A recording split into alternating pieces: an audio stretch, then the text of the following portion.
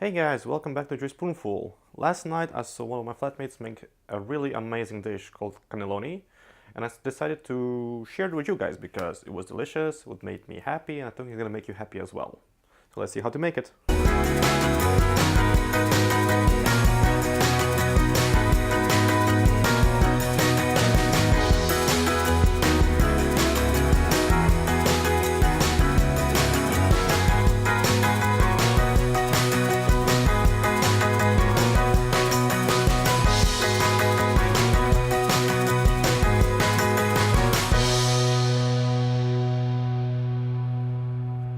So again, this time I'm gonna skip the story of the pasta because I already talked about it in one of my previous episodes, so you can just click on the link here and check it out.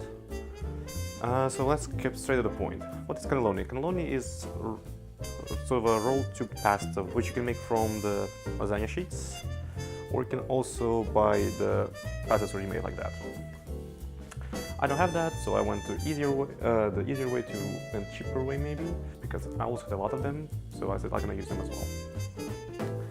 So it's pretty easy to make. So first of all, let's start with the spinach. So what you have to do is take spinach, a lot of it. You're gonna take in the beginning around 450-500 grams.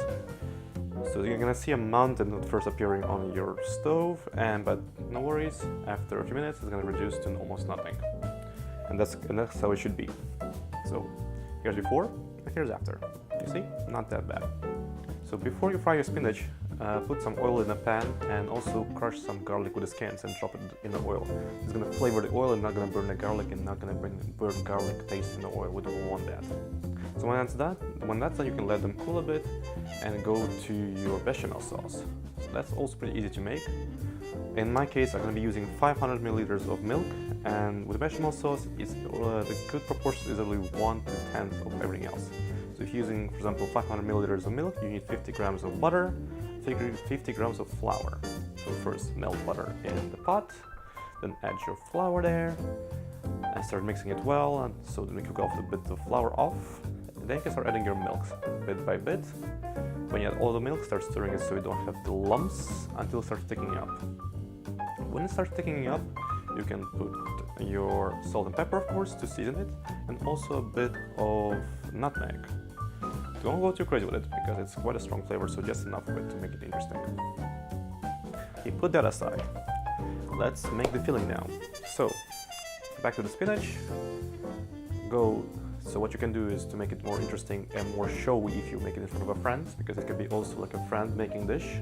You can make, for example, say, hey guys, come to work tomorrow dinner, we're gonna make some cannelloni. So you can take 2 knives and start chopping them with 2 knives. It's a bit of a cheesy trick, but it kind of just looks fun and interesting. So when your spinach is chopped, put it in a bowl, drop around 450 grams of ricotta, more or less like that. And start mixing it, add some salt, pepper, a bit of nutmeg as well, and grate some parmesan or Parmigiano cheese there as well. I'll say roughly 100-150 grams.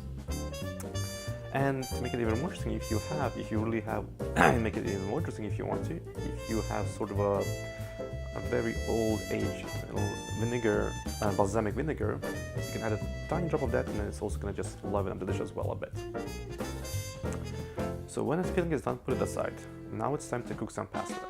So take those little lasagna sheets you have over here, cook them in the water till they become mendable, but not too much, but not overly cooked. They still have to work with them, but don't undercook them, because if you undercook them, they're gonna break while you handle them, which we don't want.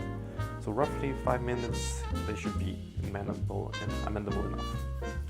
So when you do that, in my case, I had to cut them in half.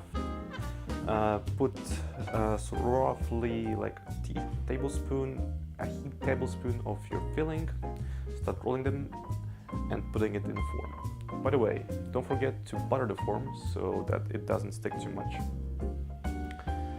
So when your form is filled with all the cannelonis, you can put some bechamel sauce, you put all your bechamel sauce on top, spread it out, then put some cheese. That's usually what they do, but why not go with cheese?